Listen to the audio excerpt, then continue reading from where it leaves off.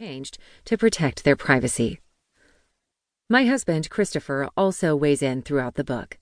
He also signed off on everything, even the painfully honest sections about his family. Marriage in the Middle addresses many, but certainly not all, of the issues faced by those of us who are roughly between the ages of 40 and 65. Though tomes have been written on trauma and attachment issues, I include a chapter on each, hoping that readers will recognize how these topics may affect their marriages.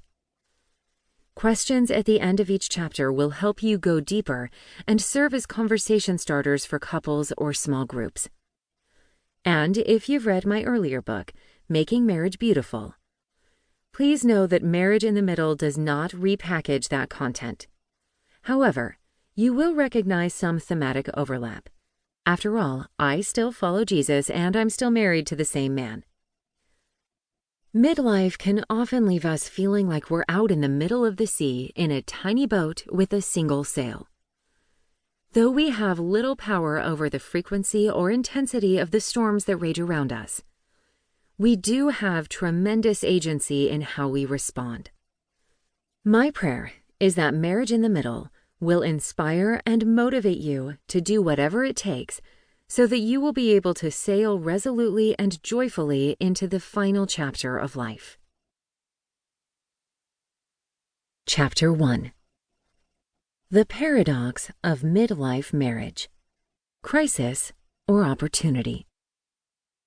Without even trying, my husband Christopher and I confronted almost every major midlife challenge in an extremely compressed period of time.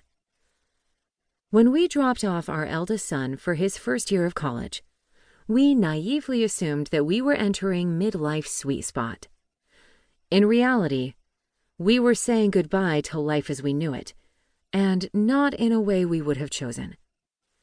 After settling him into his dorm, we drove east for 7 hours. As we pulled into the hotel parking lot, an inebriated woman staggered out of the front door slurring, "Run! Get out of here!" We thought she was talking to an imaginary friend, but in retrospect, she was warning us. While packing up the next morning, a small moving object caught my eye.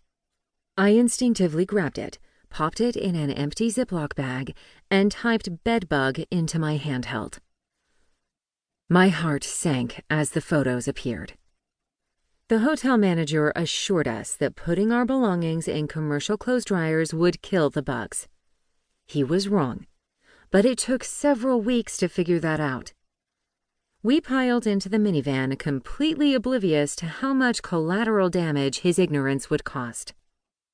Upon crossing the New York-Massachusetts border, my husband's sister called to inform us that their mom had been admitted to the hospital. We debated going back, but decided that it was probably nothing serious and continued on our way to Boston. Within an hour of arriving home, I went to the laundromat and dried all of our clothes to a crisp. All for naught.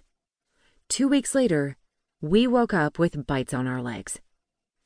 We then hired a bedbug-sniffing beagle who unceremoniously sat down in 3 separate places, confirming what we suspected.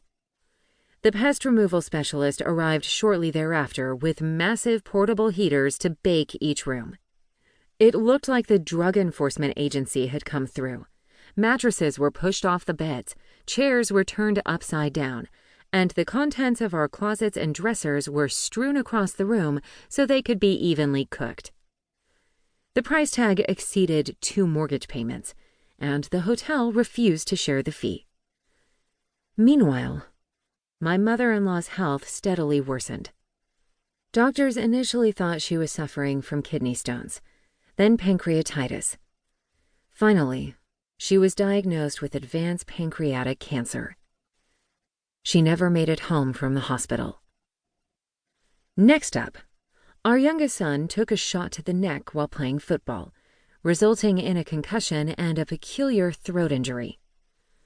We spent several weeks going back and forth to specialists, exploring whether or not he'd need corrective surgery. He didn't, but the injury ended his football career. If you can believe it, things